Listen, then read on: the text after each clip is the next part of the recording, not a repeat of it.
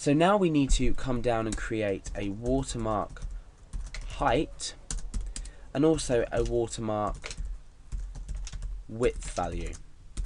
And we can easily do this using the image sx function. So it will type image sx, and here we just need to supply one argument, and that's just the image we've already loaded in. So we've got the watermark height, so the image watermark height, using this function and just supplying the already opened image. So we'll do exactly the same thing for the width as well.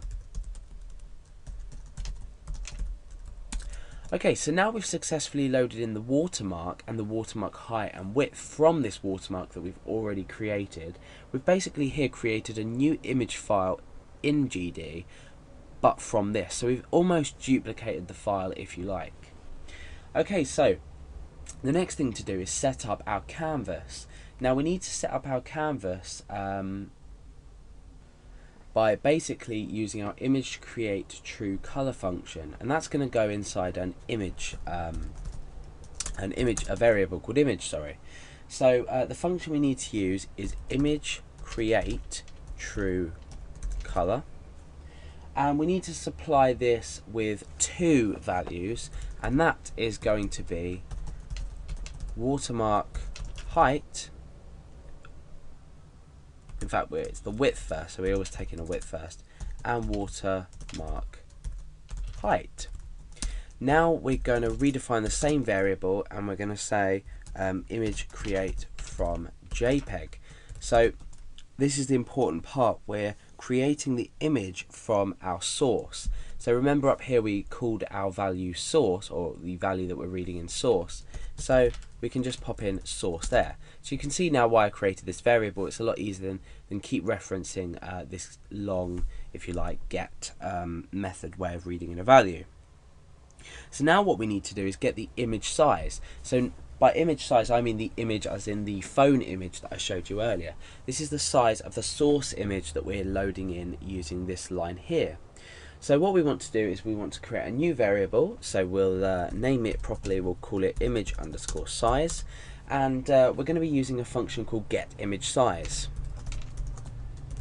Now get image size isn't actually a GD function itself. This can be used without GD. So if you find that you might need this function elsewhere, and you might need to use this function and you don't have GD installed, you're more than welcome to use this as it's not part of the GD library. So obviously we're getting the image file from the image size, from the source, like I said earlier. So we just supply it with the argument source, which is the source data we're reading in. Now you'll notice, just to make note, that we're using the image sx function here and here to grab the watermark height and width. However, why are we using this get image function here? The reason, get image size function here, the reason we're using this down here as opposed to the image sx is we haven't loaded in the source. Well, we have, but what we want to do is we want to read the get image size from the source, which is the file that we're supplying with. So we're using this without loading the image in first. And as we've done here, create image from here, we've used this function here, but here we're just using the get image size, and this is going to read it in as an array. So now what we can do is we can set two variables, that's x and y. Now these two variables are going to be the positioning for our watermark. Now remember I said that we're going to have it 10 pixels from the bottom and 10 pixels from the side. So we need to take this into account when we're minusing values, because let's say my text editor at the moment was an image. The top here would be at 0, and then we'd go all the way down here positively and all the way down here positively. So what we want to do is we want to start here and minus 10 and minus 10, so we're going to end up around here. Then we can display our watermark here. So let's change this x variable, and like I said, image size is read in as an array, and the first element of the array, so element 0, let's just type it out so we can see what we're doing, is equal to the width of the image. So the first one, which is 0, is equal to the image width.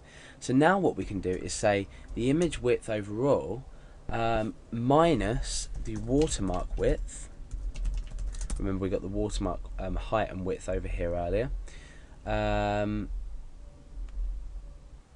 I've just noticed that the I've supplied the wrong function in here. Image sy is for height, and image sx is for the width. So let's just change these around so they're in order as we're supplying them. So yeah, sorry about that. If you go back, if you're following this tutorial as it is, we've got image sx and y. So we've got x and y for the width and the height. So the watermark width is now going to be -10, because like I said, I want it 10 pixels away width wise. Now height wise, I want it 10 pixels away as well, but this time for the image size, which is now an array, we want that to 1, because that's going to represent the height. So 1 is representing the height. So let's do exactly the same. We're using exactly the same structure. We want to say watermark height -10. Okay, so let's just recap on what we've done. We've loaded the image in as a file name.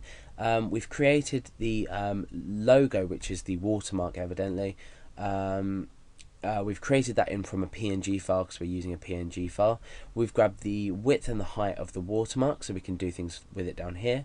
We've created an image and loaded in our image that we've created from our JPEG. So we've image create from JPEG source, which is the file name that we've loaded in.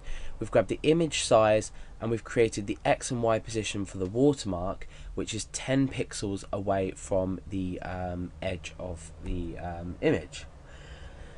Okay, so the next thing to do is to use the image copy merge function. Now this has got lots of parameters that we're going to throw at it, some of which we need to discuss, some of which we probably don't, but I'm going to try and go through all of them. So the image copy merge function looks like this.